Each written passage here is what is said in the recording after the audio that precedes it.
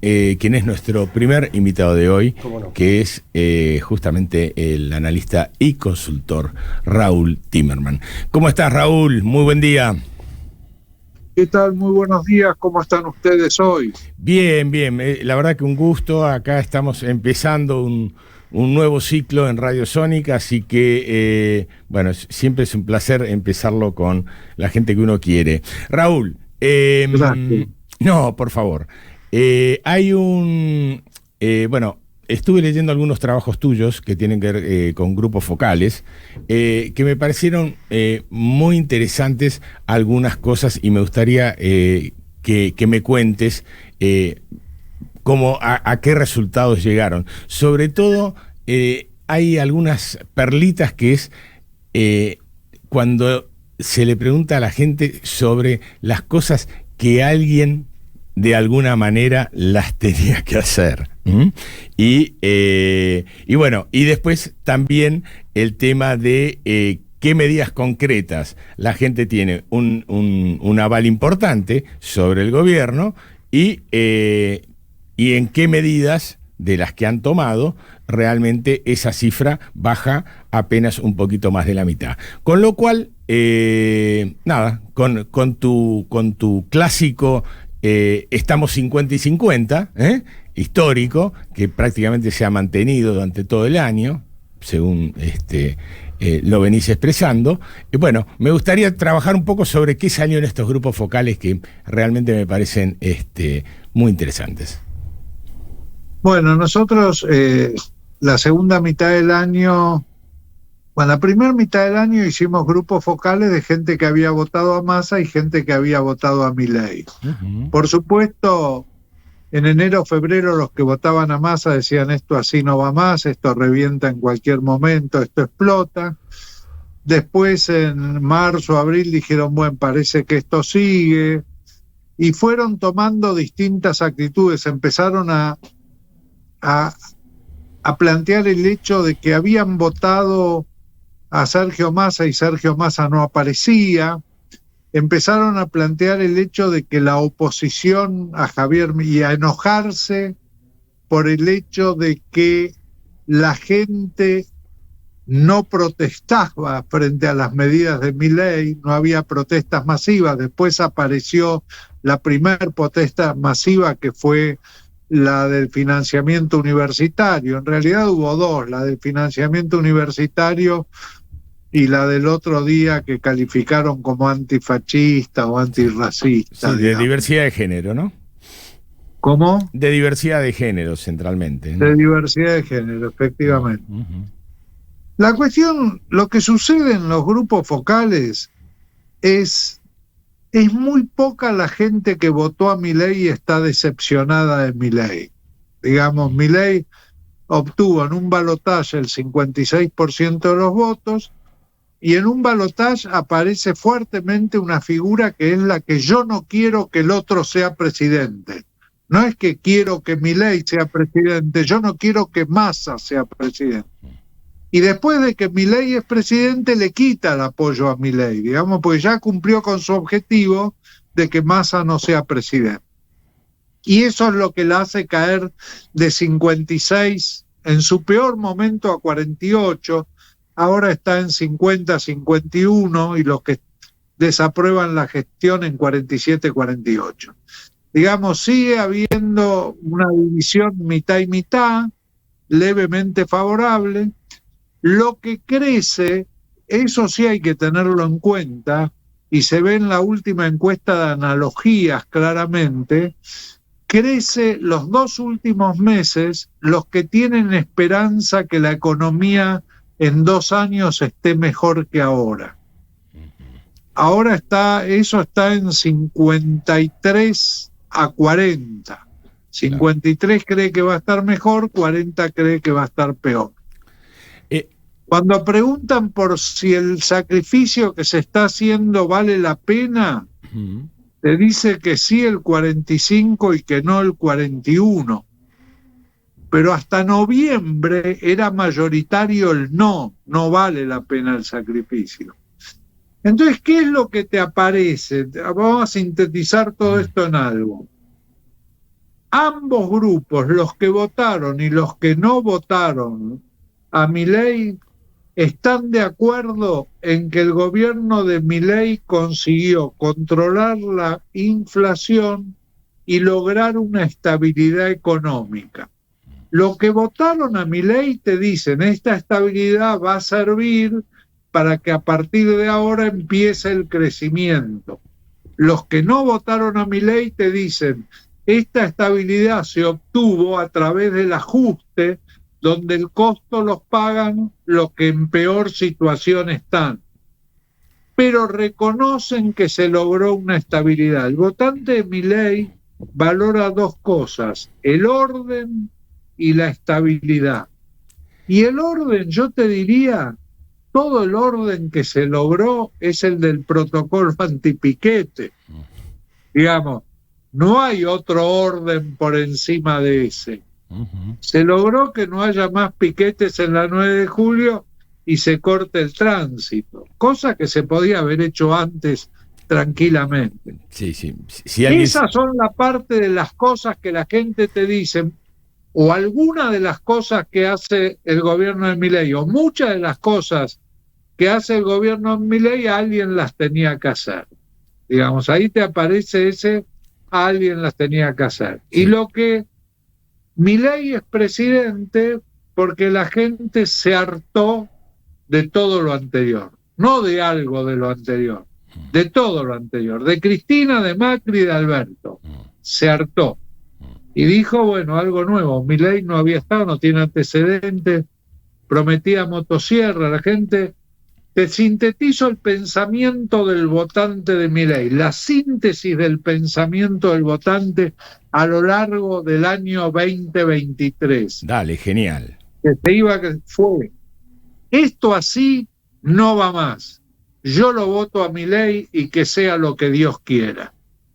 Esa era la síntesis, no va más lo anterior, no sé qué va a pasar con Milei, que sea lo que Dios quiera, pero yo lo voto a Milei. Y ahora, cuando Milei habla de la batalla cultural, te diría, más que una batalla, es una guerra la que se está dando, si uno va a las redes sociales y ve lo que está ocurriendo ahí. Digamos, toda la gente que votó a Milei no está de acuerdo con todo el pensamiento de la ultraderecha. No nos equivoquemos en el análisis.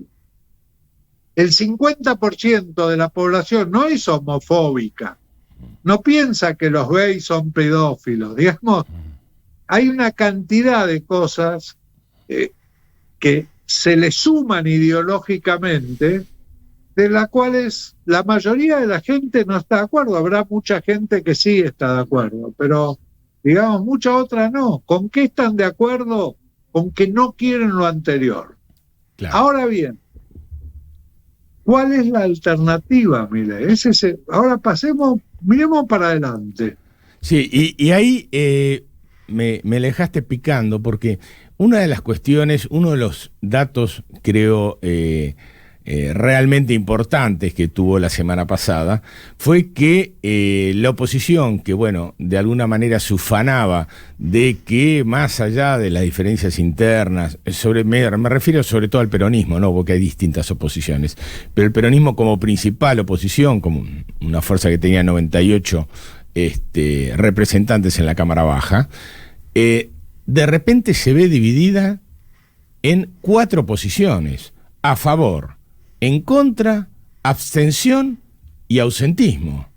O sea, así es. Tenés abstención y ausentismo, y a favor era más que en contra dentro del grupo del peronismo. Exactamente. Y además, bueno, había compromisos previos en las reuniones del bloque, porque todo eso se terminó definiendo sobre las bancas, ¿no?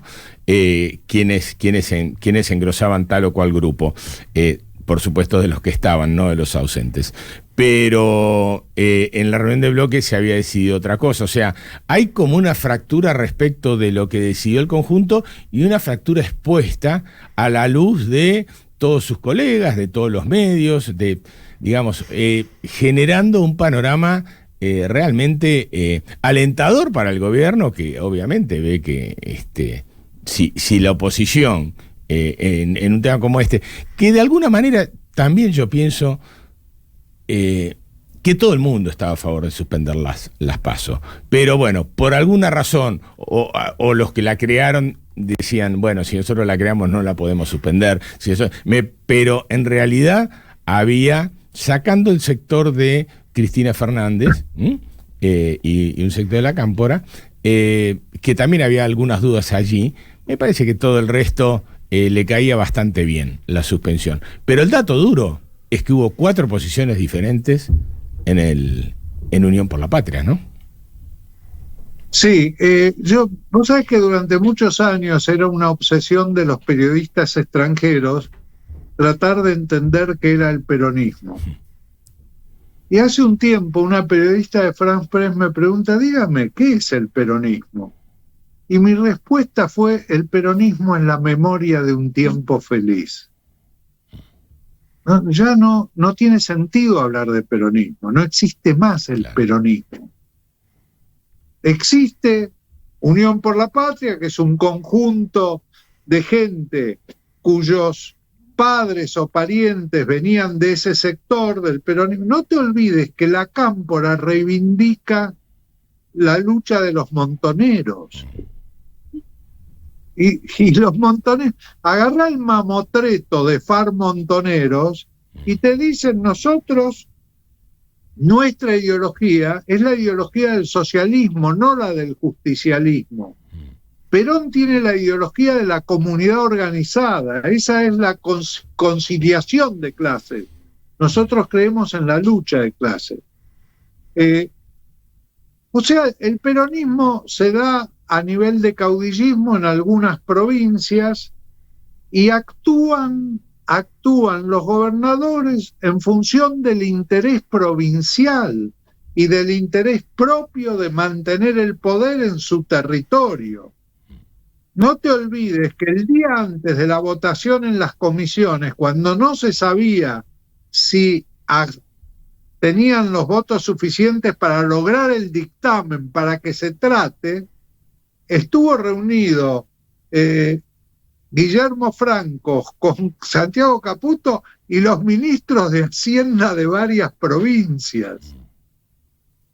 Entonces, indudablemente, hacer política es negociar, y la negociación es un toma y daca, y mucha gente negoció. Por eso yo te digo que indudablemente no hay una próxima elección para La Libertad Avanza, hay 24 próximas elecciones, se va a dar en cada provincia una elección, y esta es la elección de los gobernadores. Los gobernadores no van a ceder espacios para perder gente propia, manos, como decía Néstor Kirchner, denme las manos necesarias en el Congreso para sacar las leyes. Bien, los gobernadores no van a perder manos propias que le permiten negociar después con el gobierno central. No van a ceder espacios. Claro, y entonces, el gran problema va a ser la provincia de Buenos Aires. Ahí va. Donde no es el gobernador el que arma las listas nacionales. Entonces, es el único lugar donde las listas oficialistas no las arma el gobernador. Sí, decime una cosa, ¿cómo ves el más que posible desdoble que va a encarar Axel Kicillof, el gobernador de la provincia de Buenos Aires? Porque hay, no sé, dentro de Unión por la Patria, digamos, una de las cosas que reconoce prácticamente la mayoría de los dirigentes es que realmente en el 2025 no están en condiciones de ir de manera con fuerza, con potencia, ni siquiera en un turno electoral. Si tenemos 2 turnos electorales, o sea, uno para las legislaturas y para las intendencias, claro. Y me refiero nada más que a la provincia de Buenos Aires, pero vale para todas, como decías vos antes. Es una de las 24 elecciones que tiene la Argentina. Entonces, si prácticamente no pueden ni con una, en un escenario de dos, ¿cómo te imaginás el desarrollo, los intendentes que obviamente... Como el gobernador pugna por por su legislatura provincial, el intendente hace lo mismo por su consejo deliberante, porque sí, claro. si no se le complica. Bueno, no es lo mismo en el resto de las provincias. La provincia de Buenos Aires tiene secciones electorales. Exacto. 8. Entonces elige diputados y senadores provinciales por secciones electorales. En las secciones electorales es ahí donde los intendentes tienen peso, porque no existen las figuras nacionales ahí. Claro. No hay un candidato a diputado provincial en toda la provincia. Va sección por sección. Entonces el peso del intendente es muy fuerte, el peso de los intendentes, el control territorial. Y lo que van a hacer los intendentes es defender sus consejos deliberantes.